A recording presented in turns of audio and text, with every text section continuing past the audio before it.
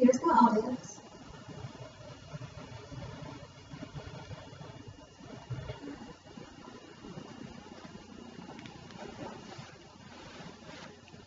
Hello everyone, my name is Jessica Bevins, and today I'm going to do my commemorative speech on the person who has had the greatest impact on my life.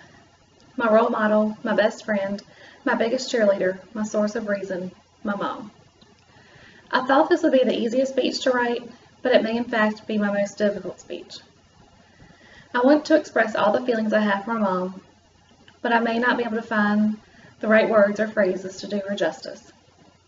Her name is Tracy Bevins, and she was born and raised in the mountains of West Virginia.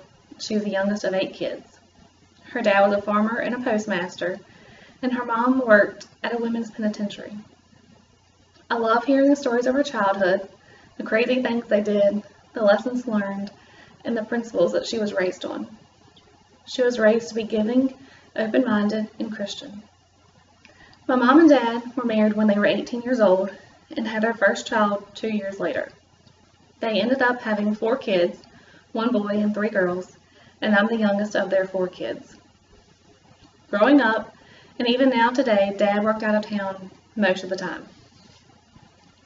We live on the Virginia-North Carolina border, so they're away from family, and she didn't have help when Dad was out of town. We had ball games, sports, practice, activities after school, and somehow she made it all work. She managed to get us where we needed to go by herself most of the time. Even at home, when there were things that needed to be done, she did it. She couldn't wait on Dad to be home to take care of things. So if there was a way for her to take care of something, she made it happen. We would move furniture from room to room. We hauled off an old appliance one time.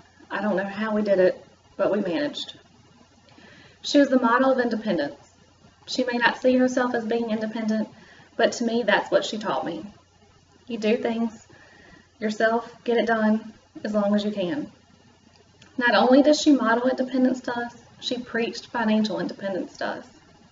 I can't tell you the number of times I heard growing up, go to school, get a degree so you can have a job where you support yourself. She's the reason I'm a dental hygienist. I wasn't sure what I wanted to do when I graduated from high school, and she encouraged me to pursue dental hygiene. I have a great career because of her. She wanted me to be able to support myself, and although my husband and I do very well together, I can support myself if I needed to. I don't only see her as being independent, I see her as being the most selfless person that I know. Remember when I said I was the youngest of their 4 kids? Well, I said that for a reason. When I was 15, my parents took in my brother's 3 girls. At the time, they were 5, 2, and 3 months old. Mom was 46, and I'm sure she thought she was about done raising kids, but boy was she wrong. She was starting over with a small child, a toddler, and an infant. She has loved them just as much as she loves us, and she wants the best for them just like she wanted the best for us. I hear people tell her all the time that the girls keep her young, but I know she is tired and exhausted all the time. But she keeps going. She keeps doing because that's her. She's always had a house full of kids from the time my oldest brother and sister were kids, even up until now. I don't know what she had planned for herself growing up, but it's clear to me that God had a plan for her to be with kids. Not only is she raising my brother's kids, she helps my sister with her 3 kids. Getting them on and off the school bus, babysitting, she's always there. She is the true living meaning of what a mom is. She does so much for everyone else and very little for herself. She has so many people to take care of that she doesn't take the time she needs for herself. She doesn't shop for herself. She just does for everyone else because she sees the need, and that's her character. And although she does so much for everyone, she is still always there for me, no matter what. I know beyond a shadow of a doubt I can count on her for anything and everything.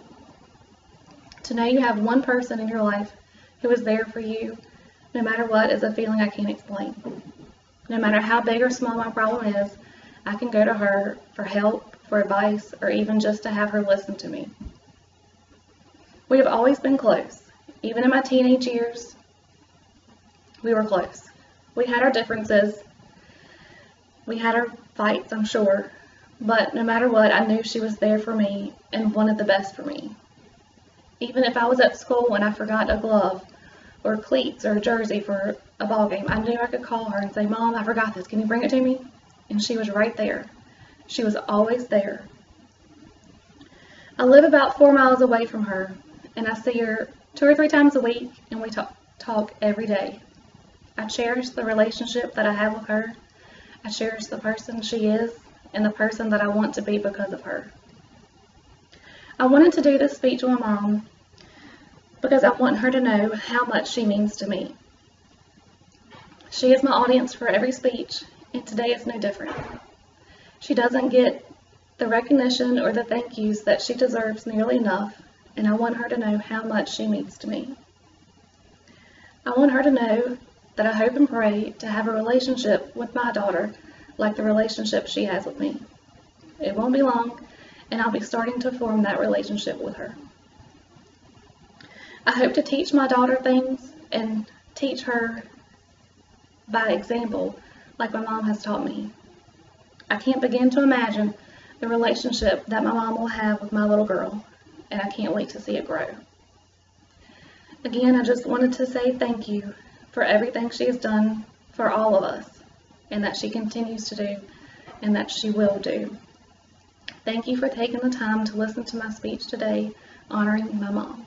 Thank you.